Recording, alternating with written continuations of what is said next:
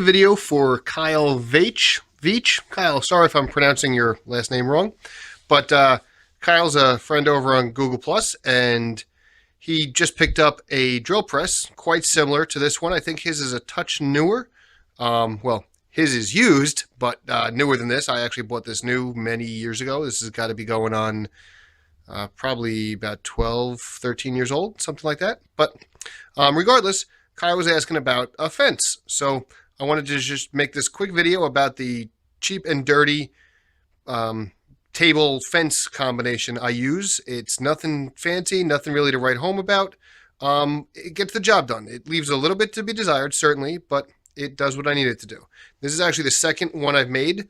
The first one just kind of got worn out, so I remade it. I managed to make it in an afternoon, which is saying a lot for me. I tend not to get things finished that quickly, even if they're simple projects. But here we go. It's made out of 3/4 inch OSB, nothing too fancy. Got a fence in the back, the main table, and if we come down here, see there's another piece. In this case, it's a scrap of 3/4 inch plywood.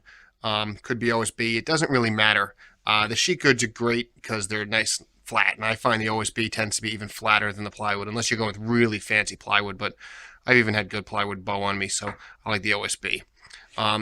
Down here, what I've got are carriage bolts with just wing nuts and a washer, and there's two of them, and the carriage bolt is countersunk into this piece of plywood. That's what this plywood is for. And you loosen them up, and they allow the whole thing with the fence and all to move around up and forth. It doesn't need to be perpendicular or parallel with anything because it's just the drill. So I can twist it, don't really need to, but I can bring it in and out where I have to. And I just twist these and it locks down. And that's in these two long slots that are in the factory table. Now, you see in the corner, I've got this notch out. That's so that I can move the table up and down. When I built the first one, I realized it was hitting there and I had to take it off and cut it. Since this is my second one, I built it with this notch. And that notch lets me bring it all the way back and still turn this. It's locked over there, so I'm not going to turn it, but I can, well, I guess I can turn it. And if I slide that, I'm just loosening the nuts, the wing nuts, bring it back. See, I can still turn this. So that's what that missing notch is for. The fence itself is just some pocket screws. Hold it in, you know, the cuts are square, so the pocket screws hold it down. There's probably a bit of glue in there. I honestly don't even remember, but they hold it down just fine. Let's take a look. See.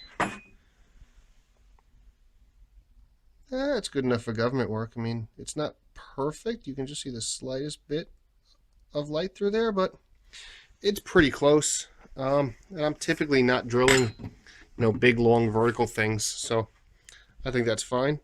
And one other thing is I've got this little recess down here.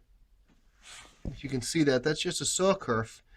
And what that does is that's just a space for sawdust to go, so that if there's sawdust built up on the table and I take a piece and I push it against the fence, this way the sawdust gets into that little recess rather than getting stuck between the workpiece and the fence and keeping it off or cocked or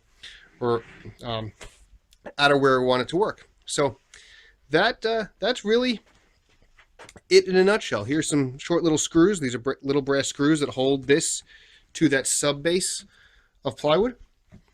That's about it. I got a hole here from over drilling, and you see these stains. That's from working on plywood derby cars. Wet sanding when axles are stuck in here, so it gets a little wet and metal, but it doesn't really matter because when this wears out, I'll make another one.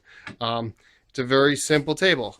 For this drill press, I don't know that I'll ever upgrade from this thing. I suppose I may go into some project where my drilling needs to be so dead on perfect that this table is no longer enough, or build some repetitive process. I mean, the big one, the big aftermarket drill press table that Woodpeckers makes is very nice, but I think for what I use my drill press for, and for this drill press, it would be complete overkill, especially considering the fact that the drill press, I pulled it up onto the bench right now to shoot this.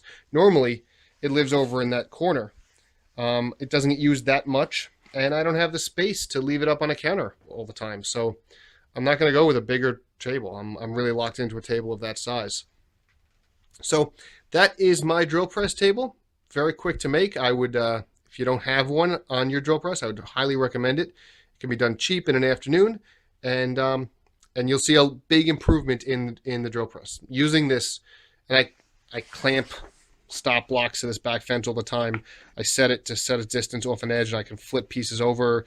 It makes the drill press, it adds a lot of utility to the drill press, having a work surface and a fence like that. So if you got a drill press, I highly recommend you make something like this.